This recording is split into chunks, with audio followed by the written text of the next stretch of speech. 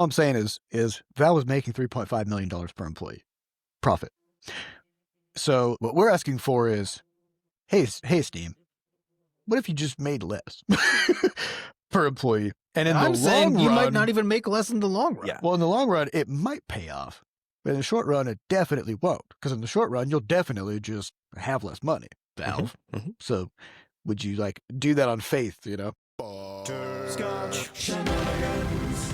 Hey everybody, welcome to episode 539 of Coffee with Butterscotch, the game dev comedy podcast of Butterscotch Shenanigans. I'm Seth and I'm the games programmer. I'm Adam, the miscellaneous programmer. I'm Sam, and I'm the artiste. And this is a show where we talk about life, business, and working in the games industry. Today's September 18th, 2020 vibes. Before we get started, we have a warning. There's going to be profanity in this show. We'd also like to thank our recurring supporters over at moneygrab.bscotch.net. Thank you so much for your monthly donations that help keep this podcast going. So we are barreling towards several big events in the studio that we want to talk about because they're coming. Okay. So we've got the day after this episode goes live. What So- day is that? That'll be, well, the day this episode goes live will be September 24th. The day after it will be September 25th. Yep. That was a hard question to answer based on how I. Whoops. So, Crashlands 2 Update 1.3 will be coming out on September 25th on Thursday, and then just a couple days later on Saturday the 27th. Levelhead will be going on a super steep The steepest. discount.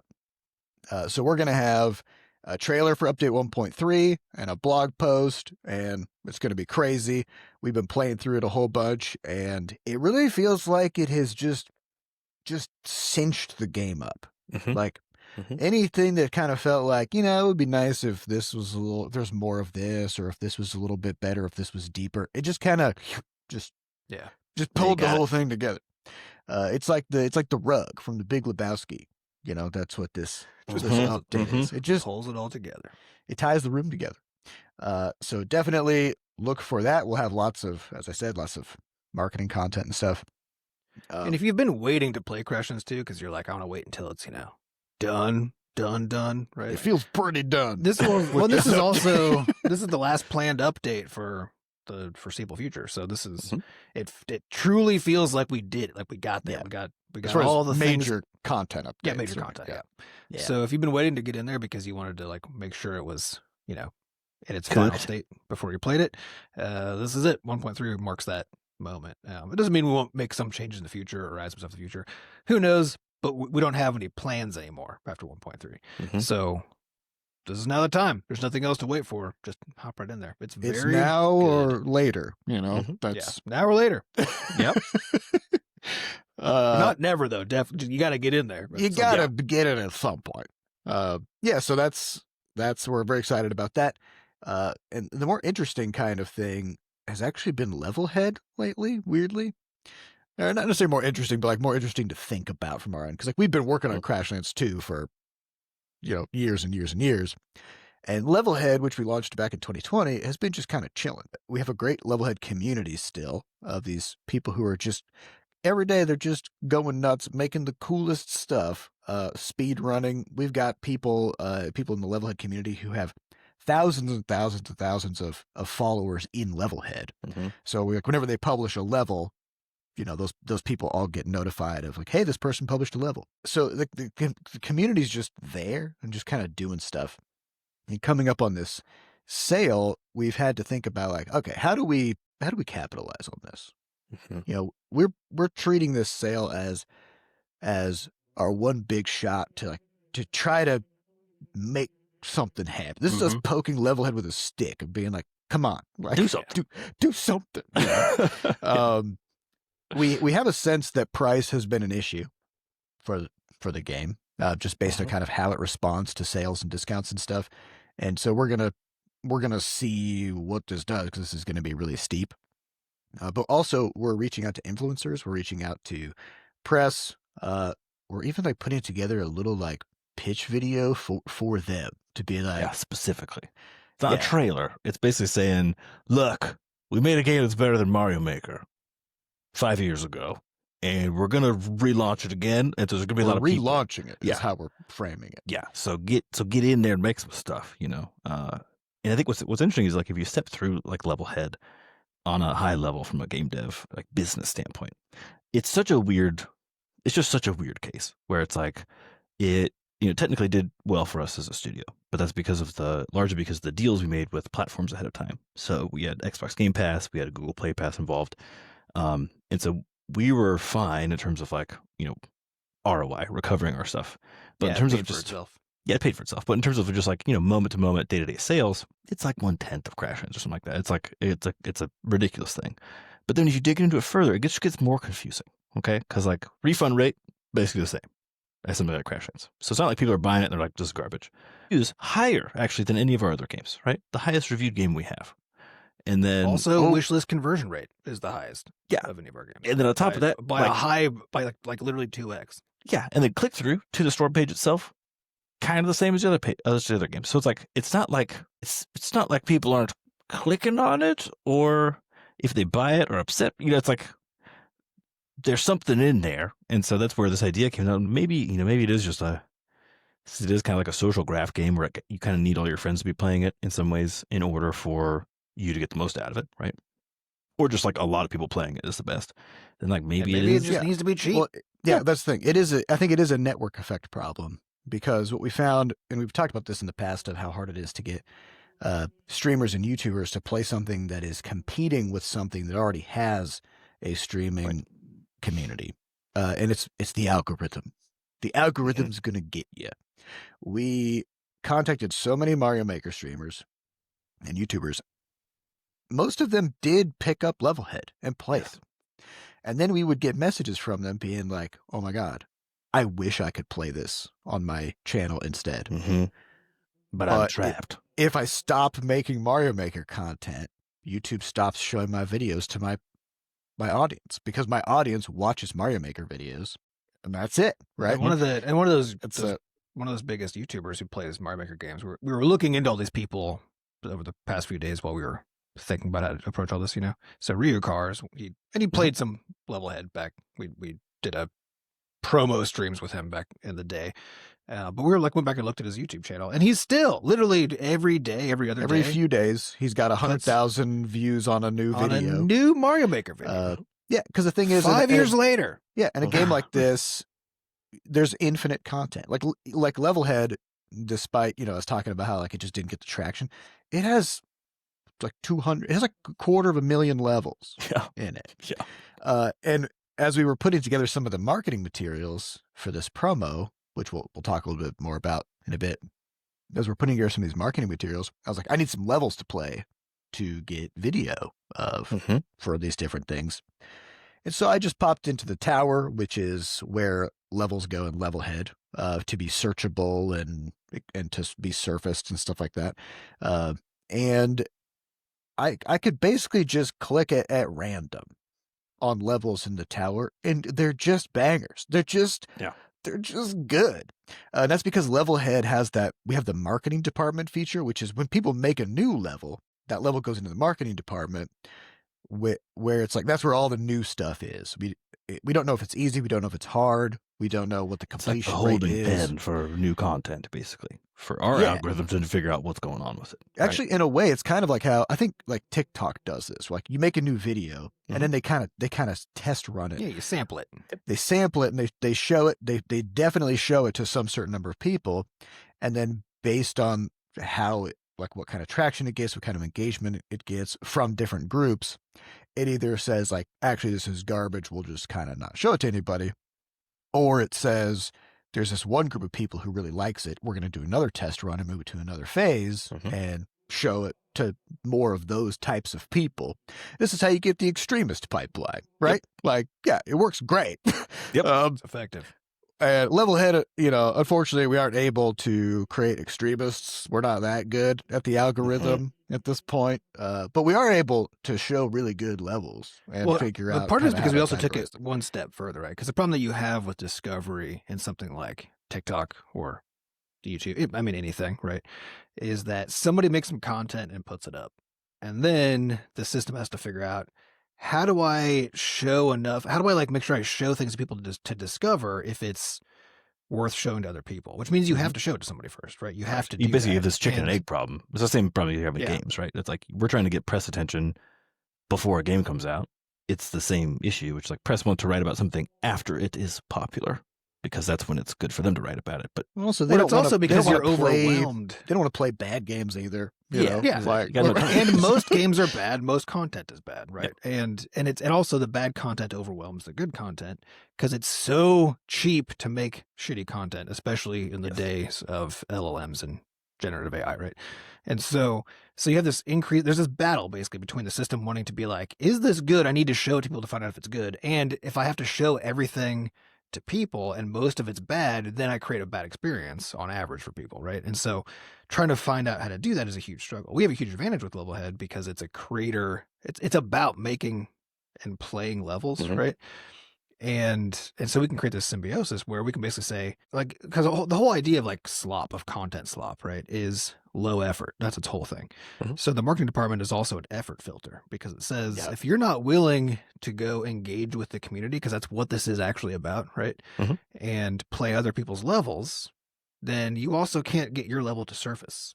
Right. Well, and that's the final kind of linchpin of the whole thing. Yeah. Is like the marketing department allows us to accrue information about the level so that when it graduates from the marketing department into the tower, it can be surfaced in the right way. But only those levels people invest time into. Right. Yes. Because in Levelhead, you get to the top of the marketing department by putting exposure bucks into your level, and you only get exposure bucks by playing other people's levels.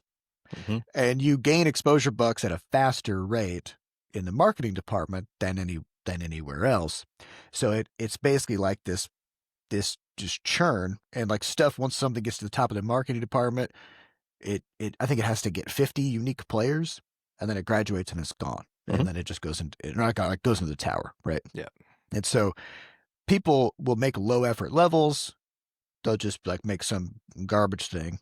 They'll beat it in 2 seconds. They'll throw it to the marketing department, and then they'll see that in order to actually get people to play their level, Mhm. they're going to have to play a bunch of other people's levels and then invest those exposure bucks back into this low effort piece of crap that they made. Mhm. And so they just don't. Yeah, it really keeps And trash even if out. they That's do, great. they can't spend the time to keep doing that, right? Yeah. So that you don't have this infinite generation, like one person generates infinite slop and feeds out of the system, and everybody just only Yeah. sees that. Well, you right? do have people doing that, but they don't go to the top of the marketing department. They just stay at the bottom and you never see them, which is perfect, right? And so Mhm. what you have then is like the tower is just full of levels that the creator is proud of, Yeah. right? Yep. It's somebody who said, I made this good thing and I want to put time into making sure that it gets played. Mhm. And then we also have this mechanism where like people can bypass the system because you can get followers in Levelhead. So if you see somebody making levels and you really like what they're making, you can follow them. And we have this little sort of like notifications area, which it doesn't like push notifications to your device. It's just inside the game. So whenever somebody you're following makes a new level, the little notification thing pops up. You can go in there, you can see the level, and you can just play it. So, like I mentioned before, we have some people in Levelhead who have thousands of followers, which is still insane to me.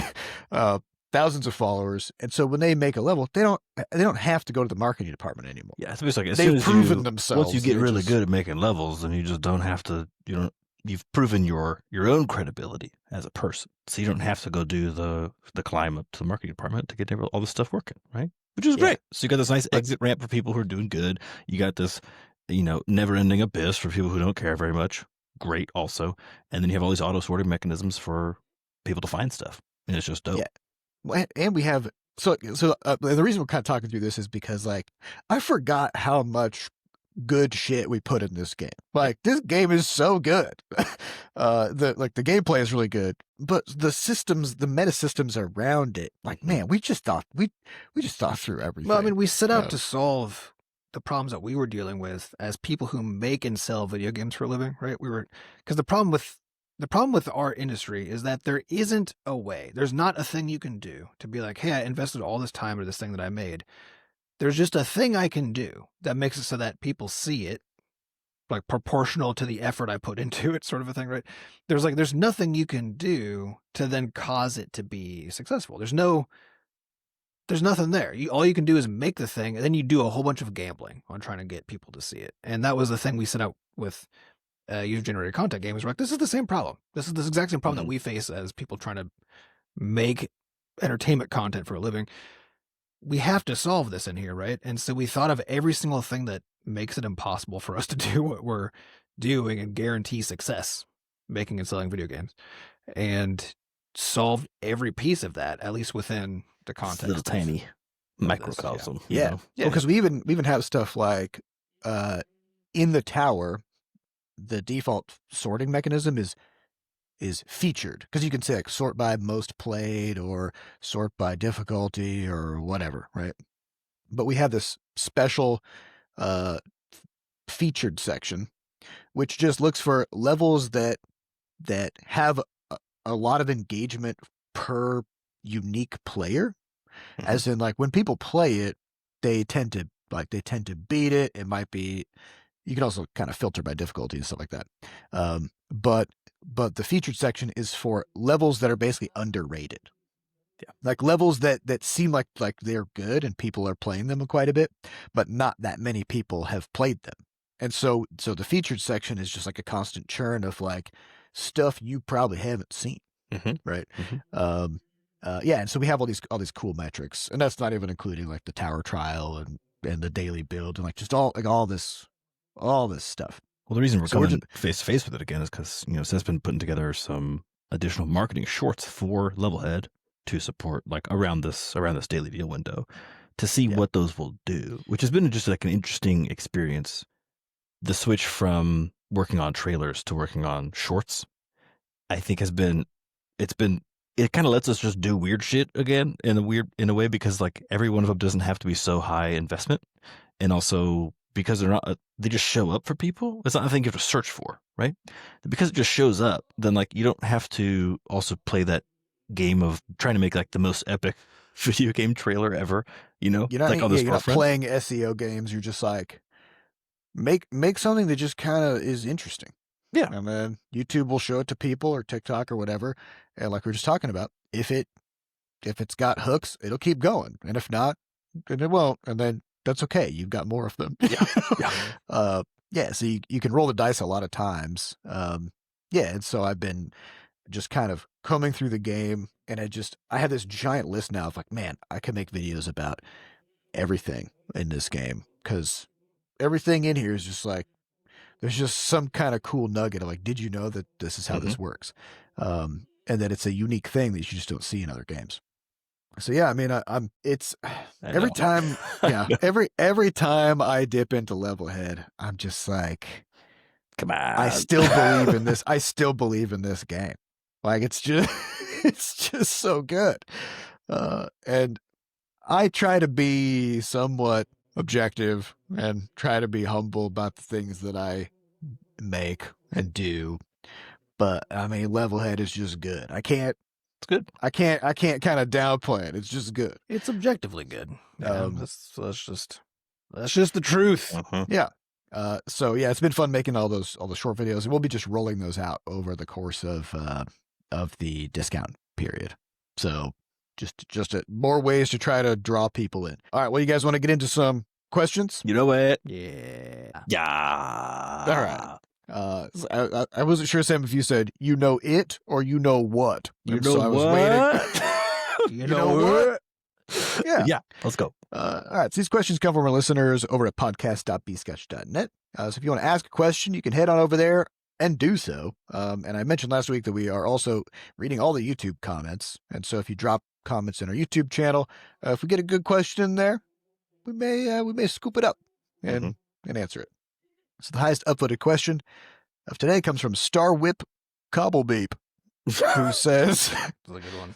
He says, if y'all were ever tight for cash, would you consider implementing 100% optional microtransactions for cosmetics and the like? For example, someone could pay $1 for a rare Crashlands 2 hat that is also craftable in-game. Like the answer here is no, for two reasons. One is for that to actually give enough revenue for it to be helpful, we would have to already be making enough revenue off of the game that 'Cause we sell the proportionally, game. because we Yeah. sell the game, that proportionally that would add up to enough to save us, and they couldn't. Right. So practically speaking, it wouldn't help, so it wouldn't be worth the effort. The other thing is that there's no such thing as optional content for the way that players in interpret the stuff. mindscape In the of a mind of player. a player. Yeah. Yeah. If there's not a way for them to access something, unless something else happens, right? Unless they have another game, unless they buy something, unless whatever, right? Then it is perceived as stuff that you have unfairly locked away from them, Yes. and unreasonably and unfairly, and you have now made yourself the enemy. So, so unfortunately, and there are some exceptions to this. If depending on the kind of game it is, if it's a free to play game and it's cosmetic stuff, then people are used to the idea that somehow this has to get paid for. So, and it's just cosmetic, so it's fine. If it's something that they've paid for already, then even if it is cosmetic, if it's a live service game, again, people kind of get that. They understand, hey, this has recurring costs to run because it's got multiplayer servers and blah, blah, blah. But if you're running a single player game and then you have something that people can pay for inside of it, you're already at risk of people just hating that so much. And if it's cosmetic, and if you have an audience who really likes you as a developer, and they see you as like one of them, they see you as an indie, they don't see you as like a big AAA, right? Then you might be able to pull it off. But the risk is really high of that backfiring enormously. Yeah, I think if you're strapped for cash, generally speaking, putting microtransactions into your premium games is going to only backfire and make your cash pile less than it already is. Like it's not. Yeah, well, and the upside isn't much, right? Because like you might Correct, add a small percentage of what you're already making, but if you're in trouble, a small percentage of what you're already making is never going to help. You're needing some big infusion of cash or being multiplier. strapped for cash isn't like we only need 3% more profit. Yeah, it's like we're in trouble. Yeah, we need like all of the money. And we have done microtransactions in the past. As far as like the way that we did it, the conversion rate was not good. We've never really figured out how to make reasonable income off of that, and partly it was because we didn't want to figure out how to make reasonable income off of it, because it just did not feel good to be designing games around that. That's when you start to get into these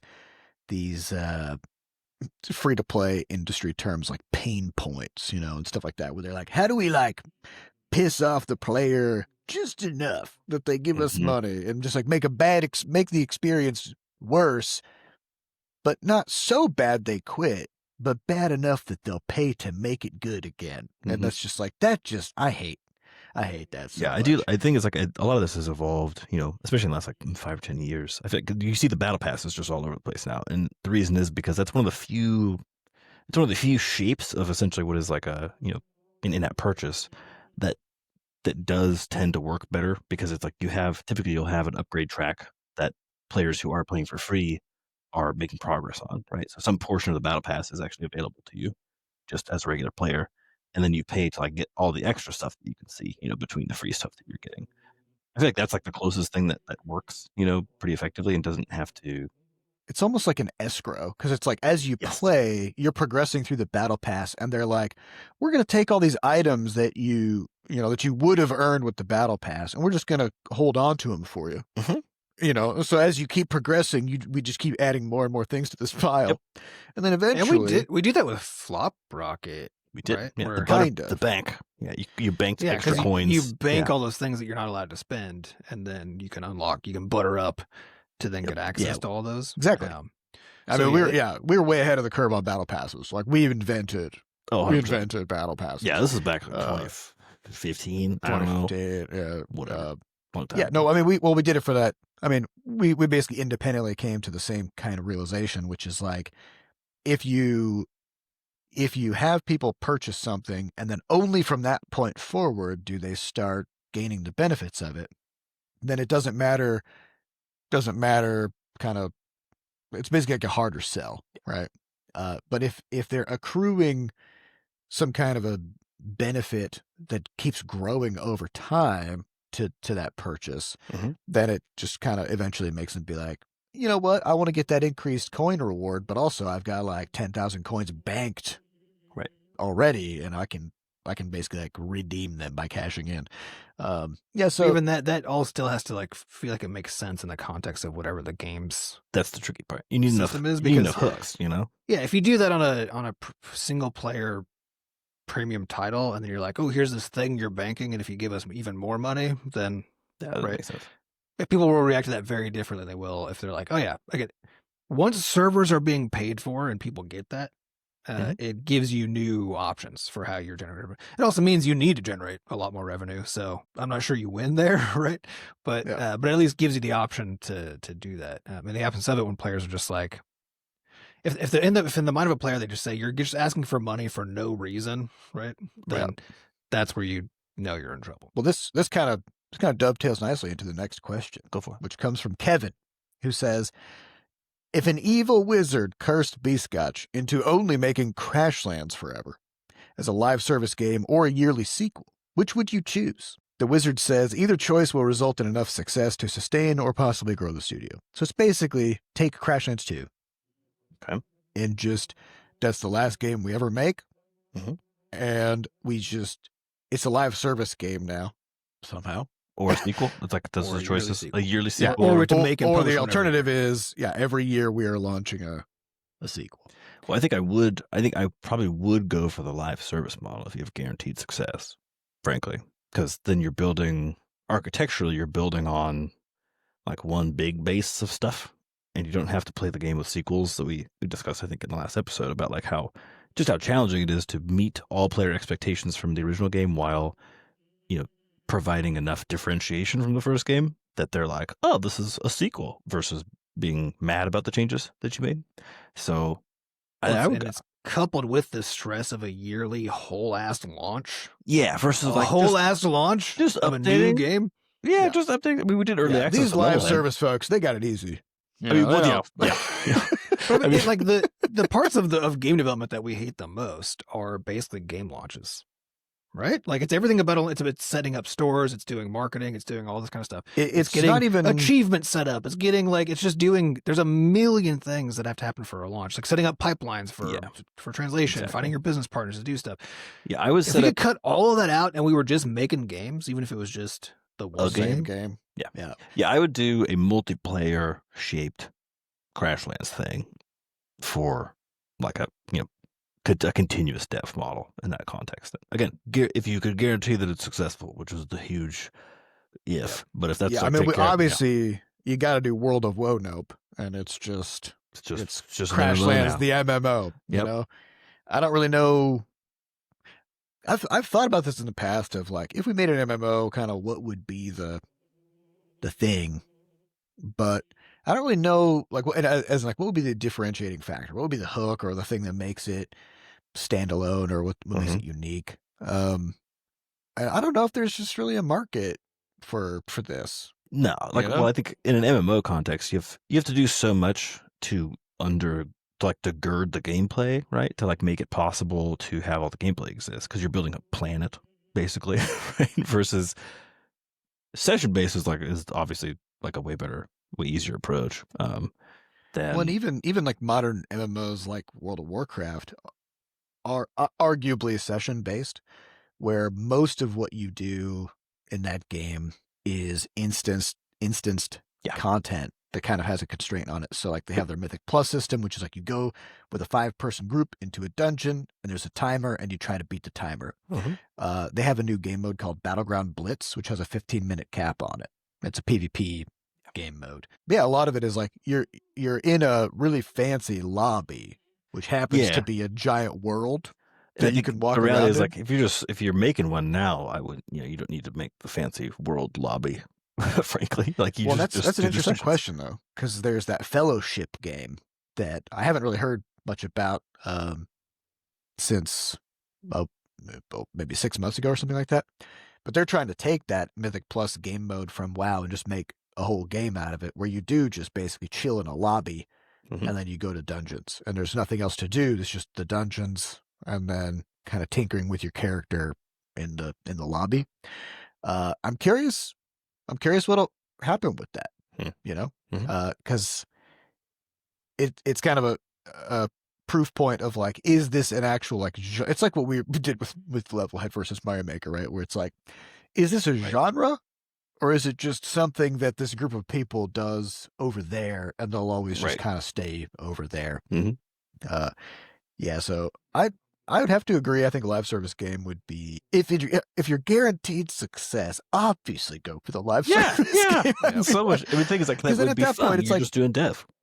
Like, yeah, if we didn't have to spend all day every day micromanaging and trying to optimize our in-game store, and like if according to the question you're guaranteed success, it's like, you know what, once a month we'll just release a couple of cosmetics or something, and then we're guaranteed success. I mean, even if we took it earnestly and like did everything we could to make it continuously bigger and better and all that kind of stuff, you that'd know, be like, fun. You know. it would be so much fun. Like we would actually get to have fun. Like we could, you know, we could bare minimum it and be like, well, we're guaranteed so or whatever.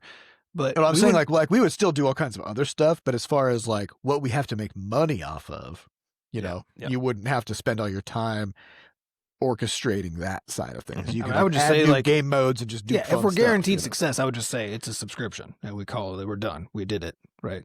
It's a Mm, subscription. We don't ever sell anything. We don't have There an you go. in-game store. It's just a That's- subscription. That's the easiest way to do it. You know. Well, which Yeah. we did talk about this for Levelhead, because like Levelhead arguably should be a live service game. It's not. You just buy it and then Mhm.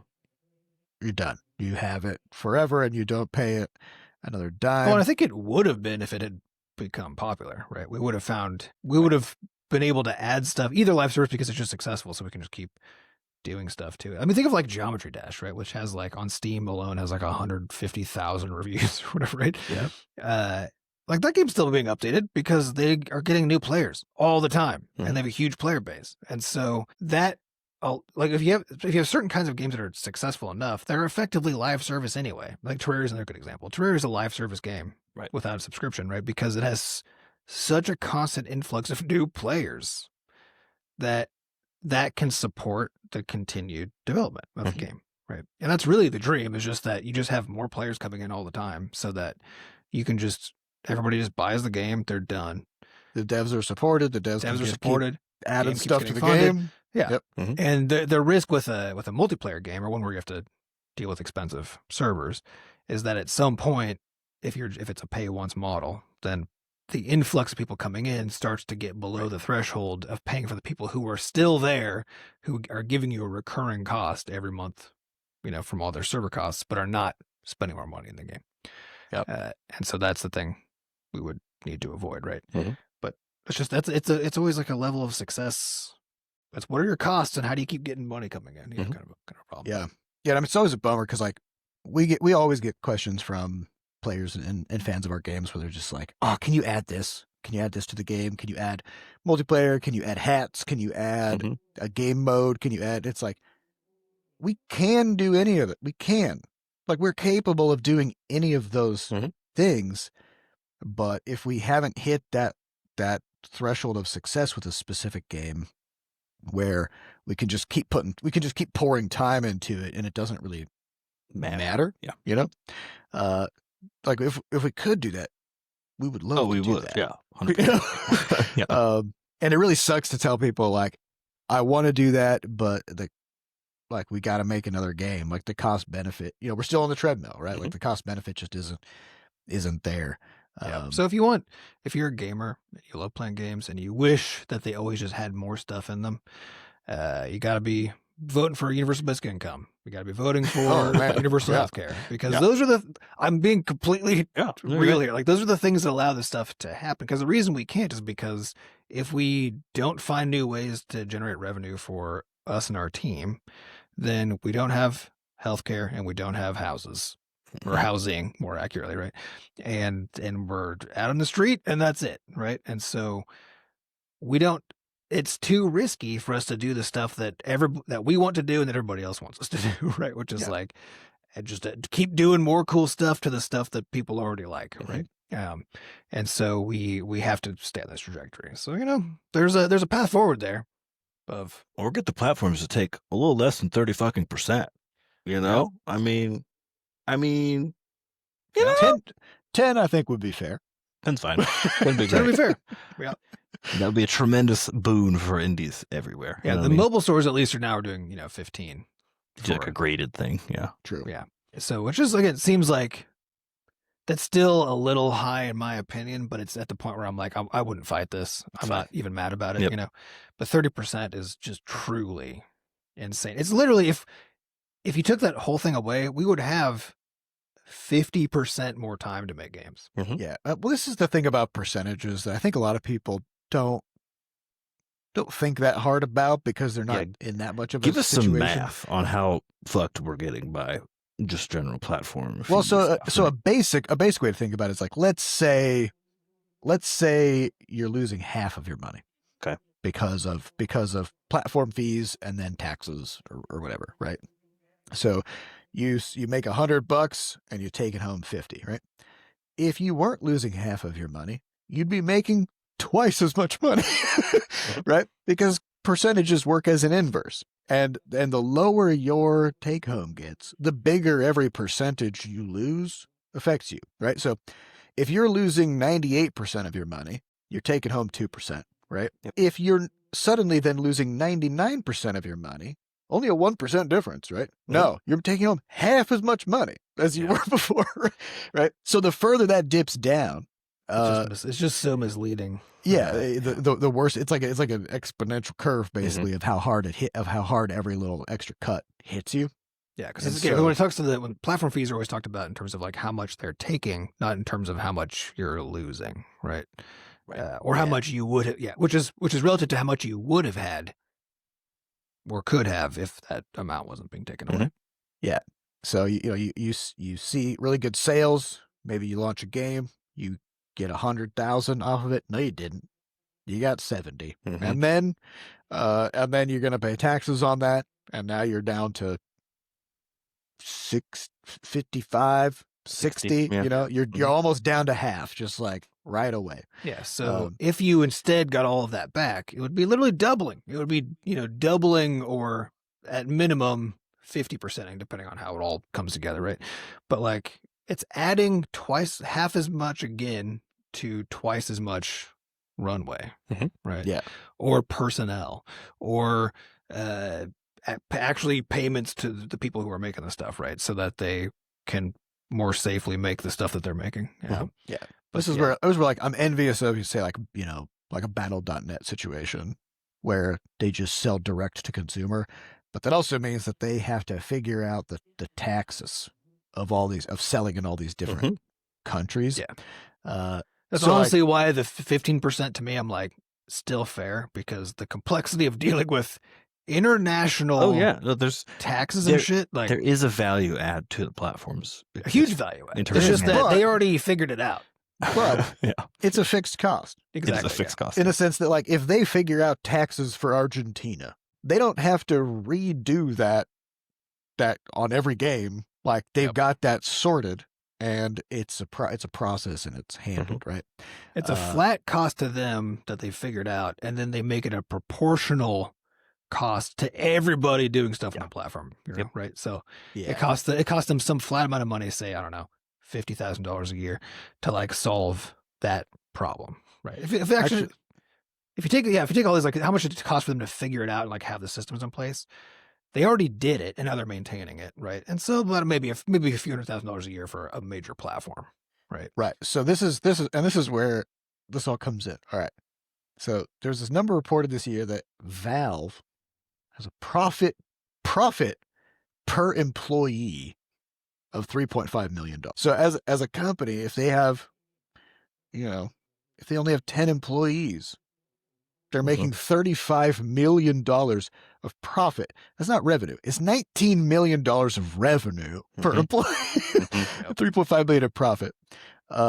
So yeah, I mean, it's too much. It's a bit much. Maybe quit taking so fucking much. I think maybe you got. Well, and this is the final kind of funny thing about it is they will take less if you make a lot of money. yeah. When it's Once you basically if they think there's a risk of you leaving the platform to avoid their fees, and you're making a huge amount of money for them, Yeah. that's Right. when So I think It's I still not can't for remember what you the cutoff at that is. I point. think it's like $1 million and then 20 no, it's million. just 20 million. or 20 something. million is where the Is first at the start. Yeah. yeah is where the first. That's it's when like they start to 25%, take and then less. 50 million is 20 or something. I don't know. It's been a while, so they also may have changed. But when they first announced them, it was something like 20 million, and then 50 to Yeah. knock you down thresholds. Yeah. And they 'Cause clearly once- did that exactly so that the large AAA studios that do have the revenue to be able to produce their own stores, as much as everybody complained about all the different storefronts, they did that so that all those companies would think twice about it. Because if you're like, well, I guess if it's like 20%, whatever, it's probably fine, versus having to roll your own store and stuff. It's just that it's so annoying. It's just so Yeah, rolling your own store is expensive, definitely. It's right? not the same discipline as making games. It's just a No, whole it's other very thing, different. Yeah. you That's know? different. You basically But- need to just become a different company. Yeah, but to the real keep- challenge isn't making your own store. Again, that's challenging and very expensive. But it's not like if you're a game and you're making $20 million a year, or let's say $50 million a year, and you're trying to save some money because that's Steam is otherwise taken from you, right? That balance that's left of what you could be saving, that's starting to add up. That's really, really starting to add up if you didn't have to pay any of those fees, right? Because now you're talking tens of millions of dollars. Can you make your own store for tens of millions of dollars? Absolutely. Yeah. You Oh, can yeah. absolutely do that. Mhm. Can you get people to use it? Probably for not. Absolutely not. And that's where the crux of it comes in, right? It's like, is Steam actually didn't have to do that. And I'm not 100% sure why they did it, except that there was that moment in time where all the other AAA studios were like, let's make our own launcher and take our stuff everyone's off doing of it. Steam. Yeah. So everyone started doing it. And so at the time, I don't think Steam had the confidence to really believe that, like, oh no, like once all these huge games leave, Yeah. they're going to start taking our customers away. I think now they know that no, They got no it in one's, the bag. nobody's competing with us. Nobody can compete with us. And so we didn't have to have done this, but I think at the time they didn't know they didn't have to have done that to keep that from happening. Cause there was like there's like a 5-year period where suddenly everybody had their own launcher. It was like and they- every 4 months there was like a news, like Just a new one? Ubisoft. It was EA like got a kicked off. launcher. Well, yeah, I guess it wasn't kicked off by Epic. Epic was Epic actually was one like of a the little bit later ones. a little later. I think EA may have been the first one. To EA the is one of the party. first ones. Yeah. Yeah, and then but it just kept going, and it's yeah. Eventually, these games are all ending up on Steam. Like, Yeah, well, I think because even Blizzard stuff is now on Steam, right? yeah, Mhm. the new Diablo game. Yep. I think it was Diablo 4 was on Steam. Mhm.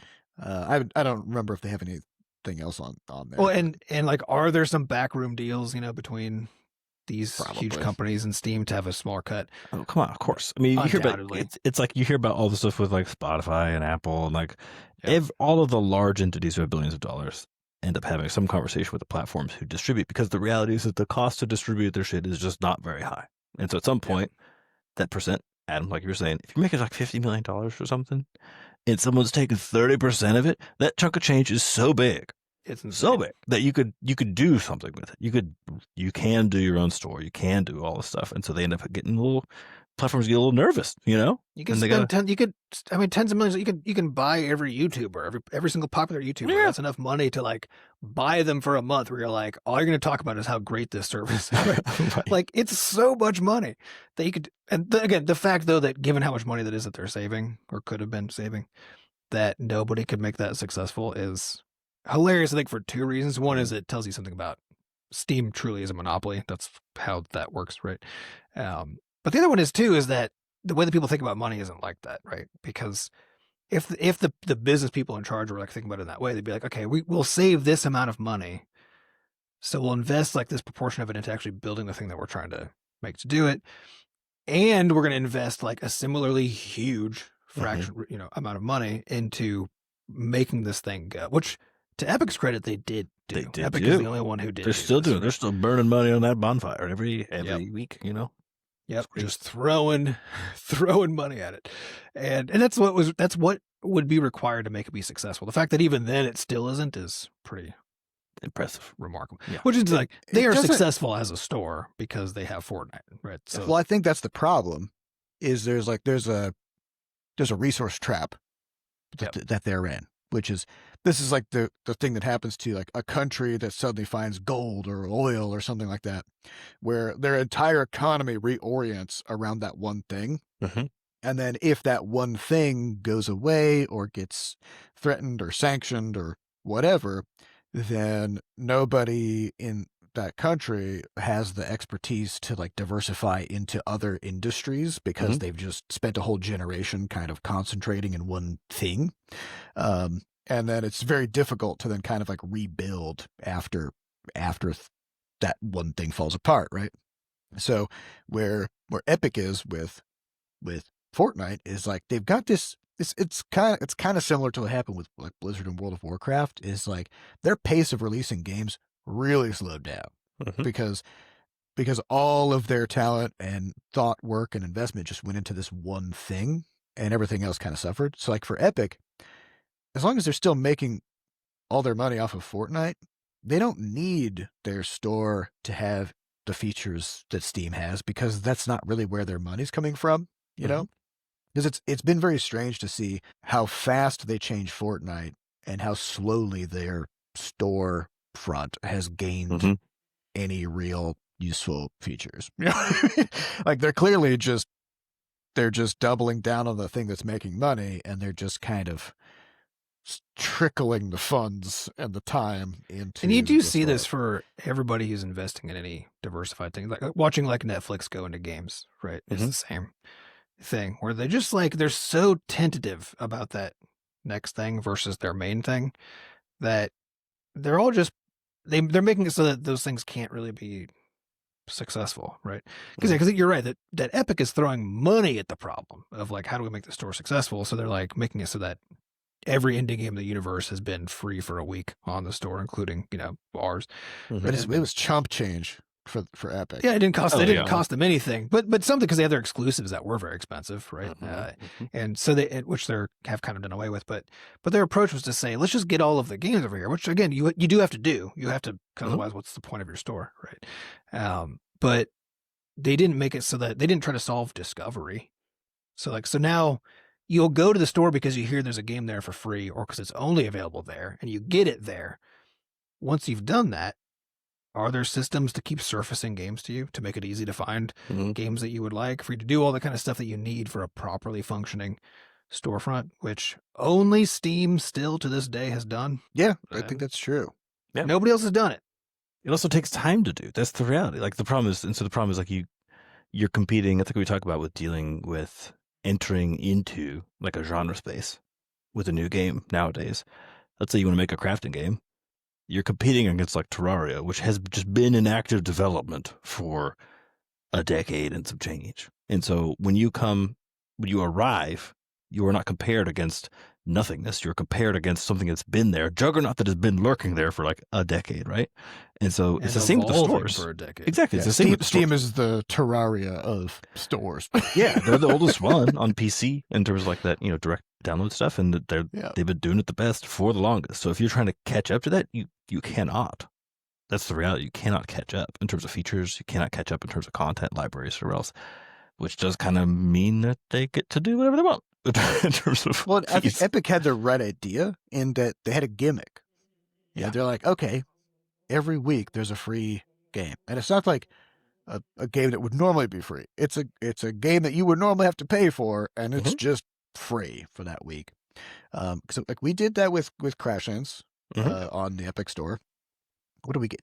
2 million downloads? 3 million? 3 million, yeah. Yeah. Like people, this was kind of in the earlier days of the Epic Store. People were just flocking over there to get their free game every week. Yeah. But then I was every week. I'd be like, what's the free game on Epic? And I would go get it. Yeah. Yeah. But most of the time, that was games that had been on Steam for a long time. Yep. And it's basically just kind of like rebuilding your Steam library over there. Which is for smart, free. right? Because like they needed to do that in order to bring. Yeah, which on the one hand is smart, but on the other hand, if you already have the game, Yeah, there's no benefit. Like, there's nothing to Yeah. be gained for you to go get it again for free over there. but And especially so- the kind of people who play lots of indie games, who like, who I think of as a true gamer, not to start that fight, right? But as a person who plays like lots of games, lots of kinds of games, right? And a person who does that, even if they don't own those games, like, so if they got their Steam library, they got probably their pirate library that they've, games that they've just stolen, right? They've played a bunch of stuff.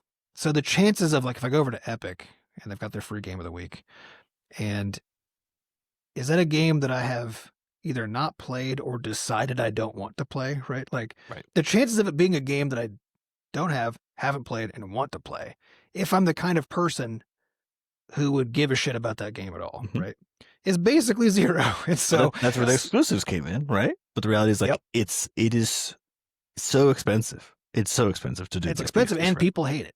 Yeah, Because and now people it's not, hey, I get something for free. It's now, hey, this is the only, I have to leave the place I want to be yes. to come get this thing that I want, right? Yeah. And so Well, you- this Steam's here to Yeah. stay. You know, there's no fighting that. It's just like, man, it would be nice if some of the terms were a little renegotiated every, I don't know, 10 fucking years because things have changed. Like, it's the same terms for all of us as it's been. So I don't know. I mean, Gabe Newell just got asked to go to Congress to talk about violence in video games. So, Don't need to go down that route. you know, where it's 2000 again, guys. Feels We're like it. going back in time. Yeah, everything Uh, is so stupid right now. But it would be pretty- nice if it's pretty one dope. smart thing could happen, which would be Steam was like, hey, if you're making under $1 million a year, just do the same thing that the The app mobile stores stores do. had to do because of monopoly pressure, because they didn't do it out of the goodness of their hearts, right? Even though in the long term it is the smart move, because studios like ours are hanging on by a thread. Gotten lucky enough that we've managed to hang on longer than most, even, right? We at our thickened scale. the thread a little bit. That we you know. think through a little bit, but we're still just one bad launch, one bad decision, one mistake, one just surprise away Mhm. from the studio being gone, right? And so it's in every platform's best move to be like, hey, if you're making under this sum amount, like $1 million, something significant, basically roughly 0% is what we take from you, right? Because Well, I we're think that's the investing in thing. the future It's of your not, though. success, you know? Like, it's not in their best interest because people are still making games as a just like I can't tell you how many posts I see in like the game dev subreddits and the indie gaming subreddits and stuff like that of people who are like, I've been working nights and weekends making my game, blah blah blah. I finally released it on Steam. You know, it managed to make 80K or 90K or whatever. Which is like for a solo project and stuff like that. Like that's solid, right? Mhm. And there's just hundreds and hundreds of these just all the but, time. Like the but number. still, like, even all of that, because my point is that those same developers, right? Because your first game, as a solo dev, as a new indie team, as someone in the industry, right? The first game you're a part of, in the current state of the industry, is likely to also be your last, because you can't make enough money to live off of it unless you're doing it as a hobby, in which case each game is still small. You can't Mhm. really build on what you did the last time, right? You don't have time. You don't have the resources. If you can get it, if you like being able to build upon success is what allows you to become the kind of studio that can make something that people will buy en masse for $50 a pop or whatever, right? You're saying at It's- some point in time in the future, basically. At some point in time in the future, like so, as in the idea is that if you can keep an indie studio from collapsing on average, just a little bit longer, Mhm. the chances of you having more studios, because like any one given studio still isn't going to do that, right? But the chances of some more studios coming out and making $100 million, right, goes up enormously. So that to me, it seems like there's no way to know because there's no numbers you could look at to make that bet. But, you know? well, yeah, but like all I'm saying is Valve was making $3.5 million per employee profit. So, so all like what we're asking for, and I was kind of playing devil's advocate, right? Like what we're asking for is, hey Steam, what if you just made less per employee? And in I'm the saying long you run, might not even make less in the long run. Yeah. well, in the long run, it might pay off, but in the short run, it definitely won't. Because in the short run, you'll definitely just have less money, Valve. Mhm. So, would you like? But how much do that less on money faith, will they you know? have? Because I don't believe at all that it's like games like even ours, but certainly because we're more successful than probably 95% of games on Steam, right? And even if you get like going up to that threshold, like there's 95% of games. Do those 95% of games that aren't making very much money on Steam, does that 30%, if they dropped it, if they made half as much, You're 100% right. Yeah, you're 100% right. does it very add top up heavy. to what that 5% is doing? Like how big of a proportion? So like if you just took half of all that away, would Valve be being like, oh, now we only make $18 million per employee instead of 18.5? Like, is that the change that happens, right? Yeah, Or it's is it definitely like, gonna be oh, we top have half as heavy. much money, right? Yeah, when you have a Silk song that has 500,000 concurrent players, Exactly. Yeah. you know, Those top ones, and because like all of entertainment media, which includes games, follows that same trajectory. It's all on a power curve. The top things make literally hundreds to thousands times as much as the next thing down the ladder, right? Mhm. And as you move down that ladder, it's like it's a tenth again, a fifth, a half, a third, right? Whatever. You're dropping really rapidly as you go from the top. And so proportionally, the top small percentage of things make almost all of the revenue. And so And if the you point is stopped taking everything away from the stuff on the lower one, do you actually lose anything in a meaningful way? Especially when you just are making so much. yeah, When you're I'd be making curious so to much see money. the breakdown. Of course, Valve is a private company, so they don't release Yeah, so we can't see it. anything that they don't want to. Right? Yeah, and maybe I'm wrong. Maybe it's actually the case that like half of the revenue comes from the bottom 95% of games. I'm right? assuming, as with most things, it's some kind of 90-10 rule or something like that, or 80-20, where it's like the top 20% of games make up 80% of the revenue, and then everybody else is just kind of flopping about. flopping around, fighting for scraps, Yep. Yeah, we'll never know. But yeah, I mean, here's the thing. Obviously, I agree with you. They're great. Yeah. Well, but I think to me, like, it's one of those things that, like, it just makes sense from just not, nobody needs as much as Valve is taking, right? So that's just Well, I think the true. reality I mean, is, if you take your away point- that part and people are like, oh, I have a right to take everybody's money. If we just, even if we assert that that's true, I still don't really believe that they come out ahead by doing you're saying it probably actually is better optimized overall to allow for more games to more studios of a smaller scale to exist for a To bit survive. longer, so that they can Yeah. produce those occasional breakout hits, which is where you harvest like tremendous amounts of money from. Yeah, because every percent That that you makes take sense. away from like our revenue as a small studio today decreases the likelihood that we're here for some proportion of days into the future, right? And at some point, as that cuts in, like there's a game now that doesn't get made. You're saying they But could also grow the whole pie. But there's Grows the also whole an pie, assumption that the attention that people have can expand to accommodate more breakout hits, right? And it's like, well, like, Yeah, maybe. because like, so Hades 2 just suddenly announced.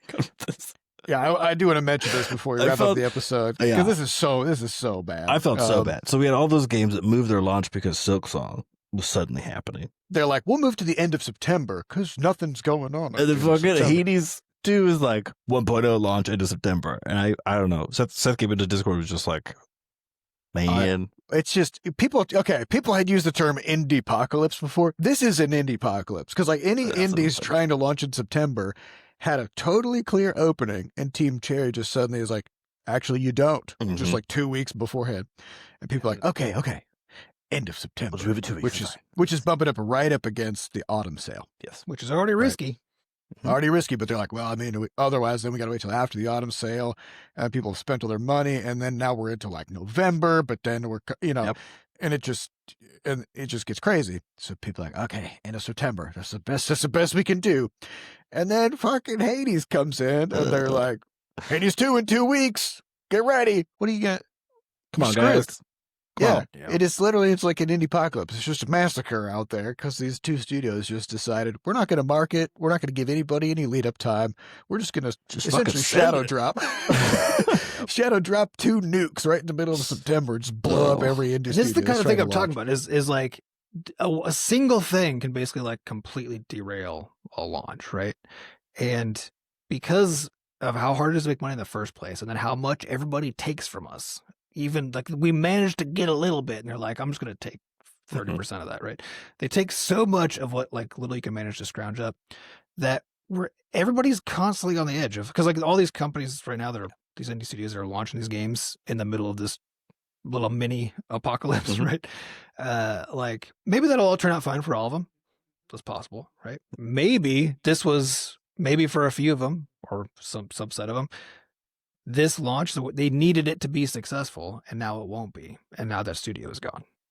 And maybe the difference between them being able to keep going and not is if Steam was taking 15 instead of 30%, right? Like that.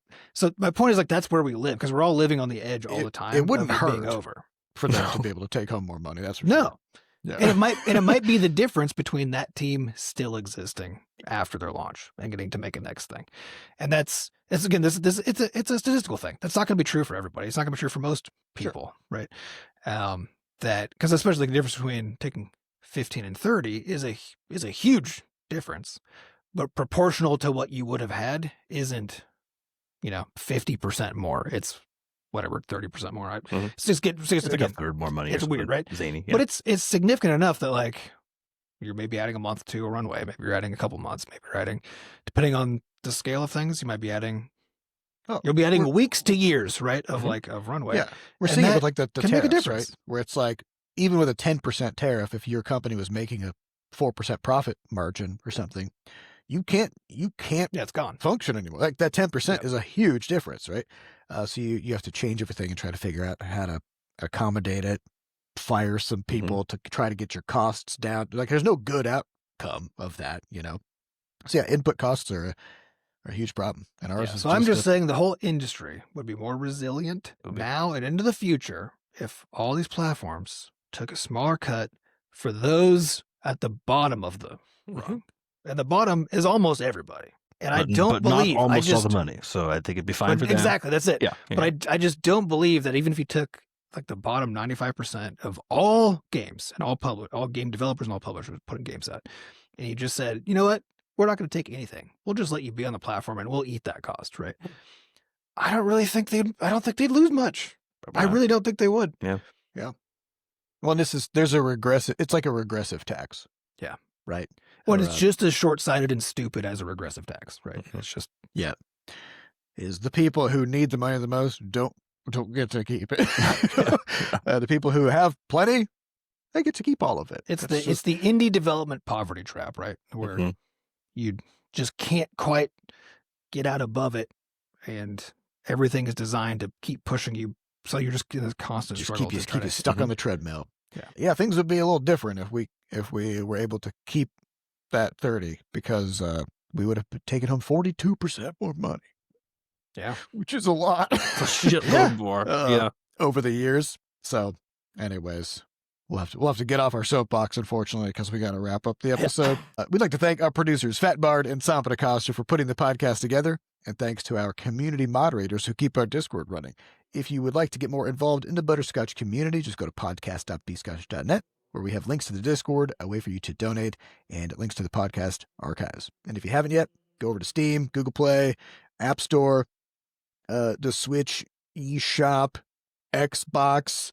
We have games everywhere. Okay. Just Did you pick up mention Epic?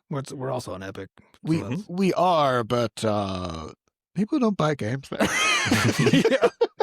Which is unfortunate because they have the best cut. They They have the best rate in the business. Yeah, we don't go. People don't go there. Yeah. So don't worry about that one. But yeah, pick up copies of our games: Crashlands, Levelhead, Crashlands 2. And if you've already got them, give us a good review on those. We'd appreciate it, and it helps the games, algorithmically. So thank you all for listening, and we'll see you next week. Goodbye. Bye.